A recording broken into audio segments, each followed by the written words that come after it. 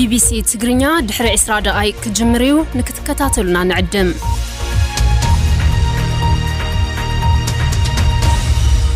كون سجنتا BBC أفان أوروموتي نولين ترى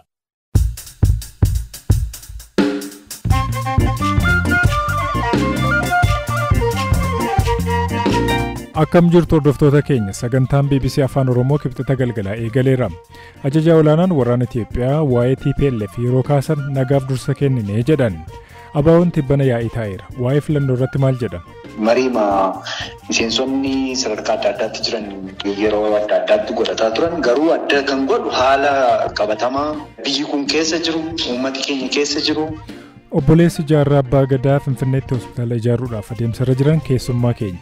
Karaa kamiin nama keenya tajaajila silaa biyya alaatti barbaadu san asii kennuu danda'ama waan jirurraahi yaadni koo guddaan sanii. Odeeffannoo ispoortiis qabnaa dhiyaadha.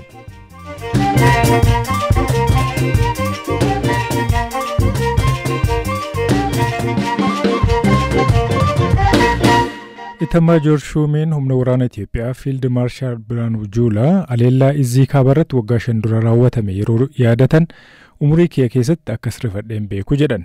Field Marshal Biraanuu Juulaa yaadannoo aleellaa ajaja kaabaa waraana Itiyoophiyaa waggaa 5ffaa sababeeffachuudhaan ergaa dhaamaniin kana jedhan. Haasaa daqiiqaa 40 taasisan keessatti waa'ee TPLF faannoo akkasumas haalaa fi akeeka raayyaan ittisaa hordofaa jiru dubbataniiru. Ammayyuu taana kana qopheesseera. Kaaba Itoophiyaatti ammayyuu waraanni ka'uuf jedha ajajaan waraanaa Itoophiyaa Field Marshal Biraanuu Juulaa dhiyoo miidiyaatti yeroo dubbatan waan kana akeeku dubbataniiru. Nuti inumaa obsineeti malee wanti waraanaaf sababa ta'uu danda'u baay'eedha gahaa olii jedhan. Dubbii isaanii kana keessatti gartuu TPLF keessumaa kan Dr. Dabratsiyoon hoogganamuu himatanii gartuun kuni gantummaan duratti raawwate jechuun dubbatan. Keessumaa erga waliigaltee Piriitooriyaatti waan uummata balaarra buusu akkasumas immoo biyya balaarra buusu raawwataa jira jechuun himatanii keessumaa immoo hariiroo Eertiraa wajjin uumanii jechuun kan isaan himan. Dubbii isaanii kana keessatti Eertiraa kana dura jenosaayid yookiin immoo duguuggaa sanyii himataa turanii amma immoo michuu ta'anii jechuun dubbatan. Ajajaan waraana Itoophiyaa Field Marshal Biraanuu Juulaa keessumaa ajajaan kaabaa waraana Itoophiyaa haleellaa irratti raawwatee waggaa 5ffaa yeroo yaadatamettidha kan isaan kana dubbatan. Sagantaa kana irratti wantoota ijoo TPLF raawwataa jira waliigaltee Piriitooriyaa kan waraana dhaabsise cabsaa jira ittiin jedhan tarreessaniiru. Osoo waraana barbaannatee Piriitooriyaa booda qocollaan TPLF diiddaan agarsiise waraana seenuuf gahaadha. Inumaa gahaa olidha. Garuu waraanichaan TPLF ni baqata, uummanni Tigraay ni miidhama. Waraana darbe irratti kan agarreessadha. Shaabiyaa waliin cimdoo jedhee daangaa cabsanii deemuun farra heeraati. Yoo ana fudhatanii seenan malee buqqaatota hin gadhiisu jechuun faallaa heeraati. Humna leenjisuun faallaa Piriitooriyaati. Loltuu meeshaa hiikkate deebisuun faallaa waliigaltee Piriitooriyaati. Faannoof qawwee fi karoora kennitee Itoophiyaan akka jeeqamtu naannoon Amaaraa akka jeeqamu gochuun faallaa Piriitooriyaati. Kana hunda osoo agarruuti deebinee gara waraanaa kan hin seenne. Wanti gochaa jiran miidhaa qaba. Yoo waraanni eegale immoo kana caalaa miidhaa fida. Ajajaan kaabaa waraana Itoophiyaa kan Maqaleetti argamu meeshaa waraanaadhaanis humna hidhateenis jabaa ture. Kaayyoonsaa yookiin immoo ergamni isaa guddaa daangaa Eertiraa akkasumas immoo kan Sudaan tiksuudha. Haa ta'u malee waggaa 5 irraa haleellaa keessumaa humnoota TPLFin amanamoo ta'aniin irratti raawwateera. Qondaaltonni TPLFis yeroos haleellaa yookiin immoo sodaa qaban irraa kan ka'e haleellaa kana dursanii raawwatuun amananiiru. Gartuun yeroos badii kana raawwatee jedhan ammallee waan biraa foolataa jira jedhaniiru ajajaan olaanaa waraana Itoophiyaa. Kan yeroo hunda yaadannu immoo akka irra hin deebi'amneef halkan onkololeessa 24 duula olaantummaa seeraa kabachiisuun hanga Maqalee seennutti rafneen beeknu. Ani umurii kiyya keessatti yoomii guyyaan ati rifatte yookiin immoo gaddite osoo naan jedhanii onkololeessa bultii 24dha. Onkololeessa 24 caalaa guyyaan itti gaddees rifadhees boquun kootti cabees hin jiru. Ormi osoo si ganee haa ta'u lammiin garuu si ganee gaafa garaasitti jabaatu onne nama cabsa. Humni kun humna gantummaa Itoophiyaa keessatti uumamedha. Humni kun buqqa'u malee Itoophiyaan nagaan argattu. Dubbiin ajajaa waraana Itoophiyaa kun kan dhaga'ame keessumaa kaaba Itoophiyaatti yeroo muddamni hammaatee jirutti. Mootummaan Itoophiyaa fi mootummaan Eertiraa haala gaariirra jiran Itoophiyaan ulaa galaanaa gaafachuun ishee Eertiraan gammachiisne irra deddeebiin walii mataa jiru. Gartuun TPLFis mootummaan waraana irratti banuuf jechaa jira jechuun mootummaa himata. Mootummaan immoo gartuu TPLF himataa jira. Kun garam geessuu danda'a?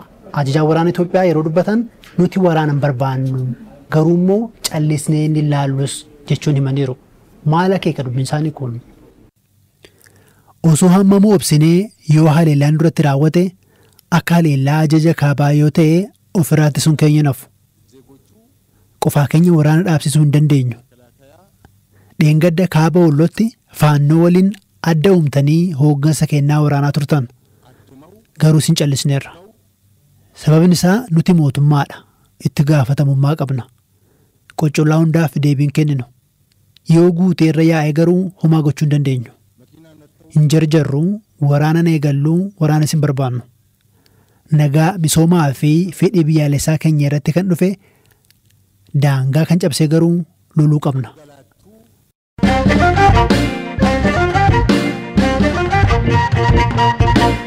Obboleessi Jaarraa Abbaa Gadaa Dr. Nasraddin Ibrahim Ahmed ispeeshaalistii keessa hospitaala Atlaantaa Ameerikaatti argamuuti.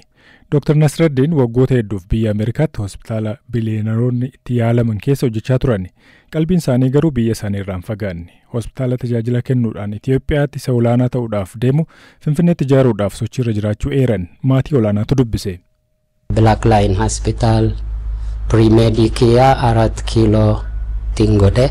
Amata torba qara'u turre yeroo sanitti shororkaa siyaasaa ture biyya gallakkisnee bahuuf dirqamne jechuudha. Kam biyya labaatan eega baatanii haala turame natti maa eegasii haala barnootaa haala hojii keessan. Barriin bahee akka lakkoofsa Awurooppaatti bara 1998 dhumiinsarraa akkasii sababa siyaasaatiin biyya ollaa dhayinee achirraa biyya Ameerikaa hiree harkachuudhaan baraan Ameerikaa seenee 99. Akkuma namuu beeku hoggaa biyya faranjii dhaqan overnightii wanni godhamaan jiru dura-duraaf establish goota kaashariillee ta'ee hojjedhe warehouse keessa hojjedhe garuu gooliin qabaachuu ture. An obboleessa Jaarraati siyaasaadhaan xiqqoo rakkina ture. So barnoota kiyya achitti fufuudhaaf goolii kaayyadhee goolii san achiif godhuu irrattiin hojjedhe jechuudha. Medical schoolitti galmaawee biyya san 2009 leenjii kiyya guutuu xumuree internal medicine jechuun akka amaarri juuyyaa ውስጥ dawweedha. Specialistummaa san qaama guutuu specialistiidha.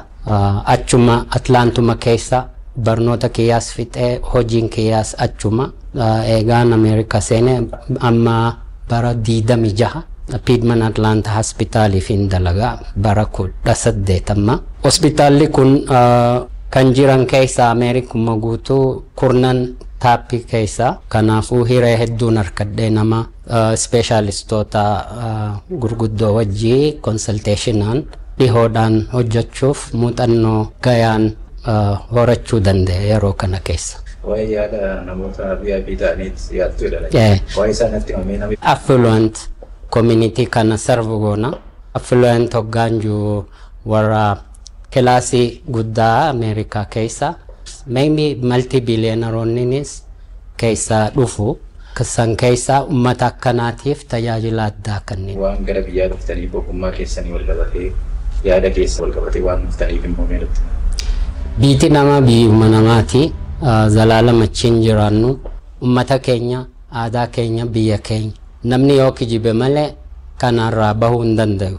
Guyyaanni koo biyya kiyya keessa deebi'ee muuxannoo bara dheeraa kana ka biyya faranjii harkanne karaa kamiini biyya keenya deebinee uummata keenyaaf tajaajila kennuudhaaf karoorri kaayyannee jirra. Namni hedduu rakkama biyya keessaa meeshaan qorannoo fayyaa guutuutti waan hin jirreef ogummaan garii hanqinni waan jiruuf karaa kamiin nama keenya tajaajila silaa biyya alaatti barbaadu san asii kennuu danda'ama waan jirurraahi yaadni koo guddaan sanii ekspertii fi meeshaa waliif fiduudhaan high quality care san kannuun ni danda'ama waanjuu mataa kiyya keessa qaba kanaafuu amma lafallee secure goone yaadni koo kana jechuudha.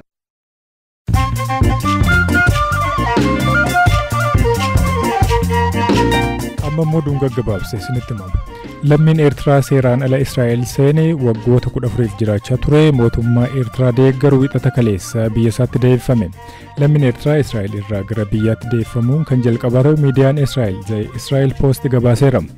Eebila bara 2025 poolisiin goraadee wajjiniin isa qabee dhaddachitti isa dhiyeessuudhaan booda maatii isaa fi yaaddoodha jedhamee biyyatti deeffameera.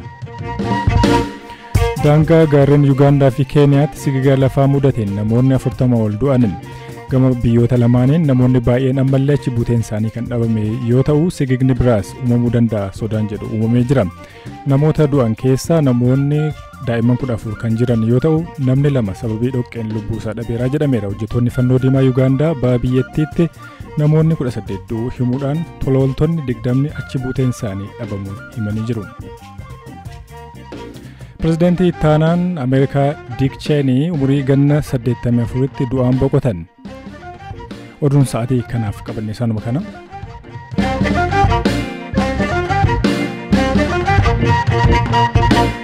Filannoo biyyaalessaa itti aanuuf qophii ta'us danqaawwan hedduun jiraachuu adda bilisummaa Oromoo ABO'n komii dhiyeessaa jira. Guyyoota lamaaf marii kan ta'an miseensonni fi hooggantoonni ABO ibsa ejjennoo dhimma nageenyaa dirree siyaasaa fi kunneen biroo of keessaa qabu baasaniiru.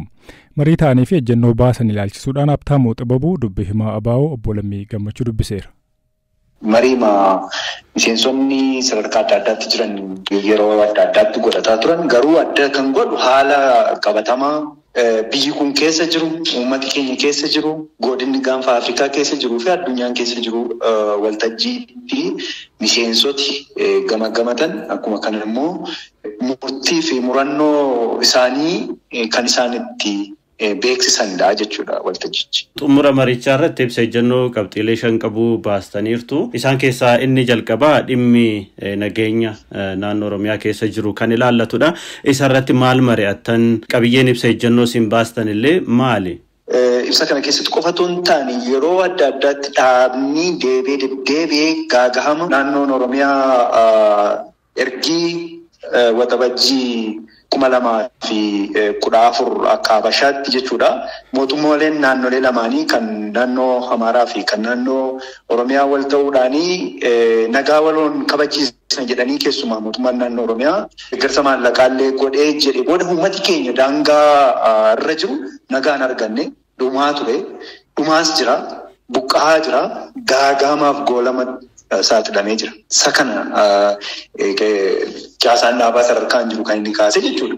Nageenya waliigalaa qondaala dhaabaa ajjeefamuu jaalbattee fi gaagama lubbuu namootaa kumaatamaan lakkaa'aman barootaaf keessumaa waggoota 5 darban 7 darban kana argaaf keessa jirru kana keessatti jumlaa ajjeechaa jumlaa qote bulaan qonna isaa ooyiruu isaa wajjirraan mana isaa wajjirraan gubataaf raaramaa kan ba'e daangaa Oromiyaa kan jenne baharraan Sumaalee humna addaa maqaa jedhamu gaafatee kaabarraan immoo humni shororkeessaan faannoo kan inni godhaa tureef godhaa jiru sana hundadha kan qabxii kana keessatti caqafamee jechuudha. Qabxiin inni biraa kana kaastan barbaadu dirreen siyaasaa cufamee sochiin dhaaba keenyaa danqameera kan jedhu ibsa ejjennoo keessatti ni mul'ata. Tarii walumaan osoo naaf kaastanii qophii filannoo fi haala dirree siyaasaa. Qote bulaan qonna qotuu duumessa samii irratti eeguu ooyiruu isaa wajjirraan wal dubbisa yerootti. Nus dirreen siyaasaa dhaaba keenyaa banaa ta'ennaan miti. Garuu haaluma kana keessa teenye immoo sagalee uummata isaadhaan uummata isaa filamee uummata isaa geggeessuudhaaf murtiin qabatee jiru. Kanaan dura filannoo keessa baatanii turtan filannoo darbe keessa jechuudha. Garuu haalonni kan itti fufan yoo ta'e tarii ejjennoon keessa maal ta'uu danda'a laata? Ejjennoon keenya kan gaddaa qabu miti nuti yeroo hunda filannoof sagantaa siyaasa qabnuun qophiidha. Garuu immoo danqaawwan kun hundi jiru. Dirree siyaasaa hunda caalaa kan sirreessuu danda'u qaama hangoo siyaasaa harkaa qabu. Kanaaf nuti maal gootu sattaan isa jedhuuf waan uummatichi murteessuuf Nu yeroo hunda qophiidha. Tibba kana haasaa obbo Abdii Raggaasan dubbatanii jedhame miidiyaa hawaasaa irratti baay'inaan deddeemaa ture. Warri kaabaa deebi'anii akka biyya kana qabatan ABO'n hin eeyyamu duras ni dhaabbanna kan jedhu. Dhugaadha wanti kun dubbatameera. Addi bilisummaa Oromoo dantaa Oromoo dhaaba dabarsee kennu miti. Dantaa Oromoof uummata Oromoo miidhan kam dura addi bilisummaa Oromoo dhaabataas ga'e dhaabataa ture. Akka barbaachisummaa isaatti immoo ni dhaabata. Dura ni dhaabbanne yeroo jedhu tarii gama hidhannootiin immoo akka waan jedhu namoonni gaafii kaasan waan jiraniif ani isin gaafadhe. Gama hidhannootiin jechuun adda bilisummaa Oromoo qabsoo hidhannootiin jiru. Dura ni dhaabbanna gaafa jennu akka uummataatti uummati keenya akka of ittisu kan inni mirga lubbuun jiraachuudha qaba. Mirga lubbuun jiraachuu isaa irratti gaafa qiyyaafatu immoo of ittisuudhaa qaba.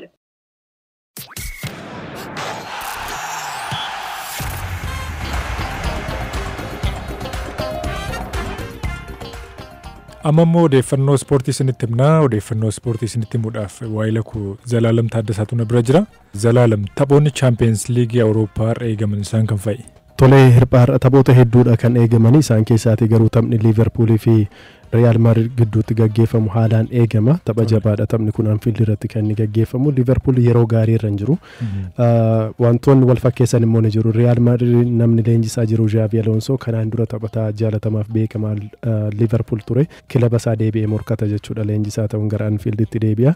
Gama biraatiin immoo Alexander Arnold bara kana kan inni Liverpool gadhiisee taphataa jaalatamaadha. Deeggartoonni Liverpool illee siidaasaa yookaan fakkiisaa naannoo Anfield kan jalaa balleessaniiru qalama adda addaatti dibanii amma kaan immoo qulqulleessaa jiru. Yeroo jalqabaaf deebi'ee kilaba isaa morkataa jira.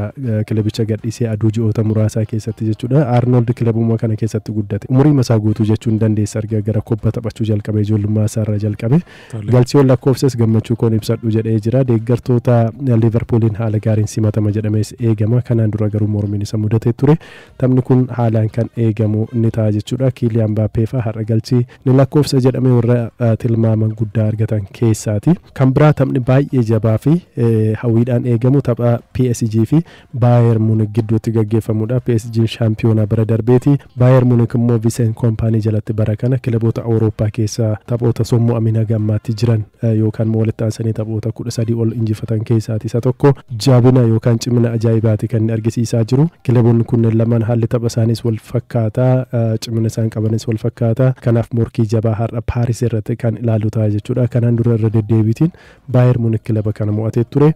Jalqaba irratti kan osoo siif hin kaasiin darbe Liverpoolii fi Real Madrid keessaati yeroo kanaan dura yeroo sagalii ol walitti dhufanii Liverpool yeroo tokko qofadha kan Real Madrid mo'atee jiru. Kanaaf haala ammarra jiruuti wal qabatee yoo ilaalle har'as carraa mo'amoo akka qabu namatti mul'isa jechuudha. Taphoonni kunneen warra hawwiitiin eegamanidha. Arsenaal kilaba Czech Slavia Praha wajjiniitiin morkata. Taphataa isaa murteessaan Victor Gyökeres miidhame har'a hin hiriiru garuu Arsenaal filannoo baay'ee waan qabuuf bara kana baay'ee hin rakkatu.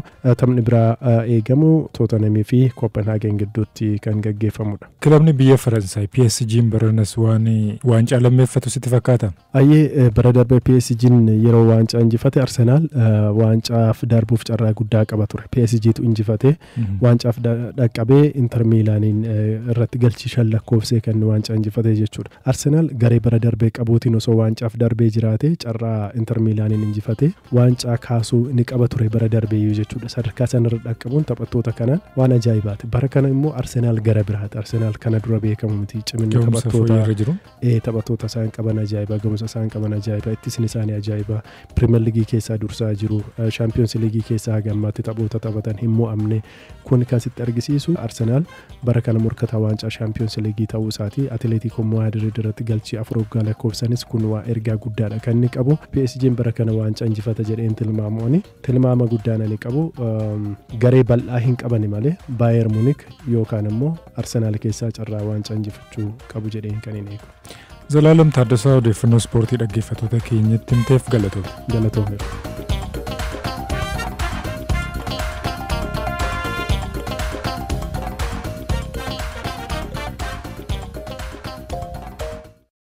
Hirphaa gammachuu dhiyeessuudhaan Biraanuu gammachuu immoo qopheessuudhaan Deevis Masaaroo ogummaa teeknikaatiin isin faana turre jira. Waan nu caqasitaniif hedduu isin galateeffanna. Lafa nagaa bulaa.